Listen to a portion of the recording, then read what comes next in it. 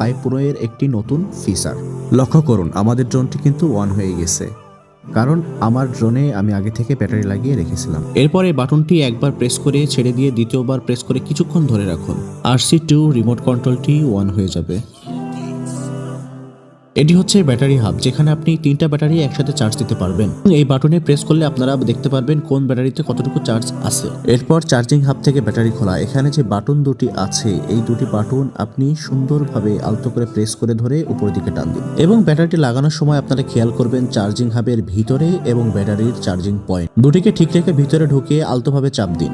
ঠিক একইভাবে ড্রোনের কানেকশন পয়েন্ট এবং ব্যাটারির কানেকশন পয়েন্টটি দেখে আলতোভাবে প্রেস করে দিন। DJI Mini 5 Proতে ব্যাটারি লাগানোর সাথে সাথে ড্রোনের পাওয়ারটি অন হয়ে যাবে। আলাদাভাবে আপনাকে উপরের বাটনটি প্রেস করে অন করার প্রয়োজন নাই। এটা হচ্ছে ND ফিল্টার।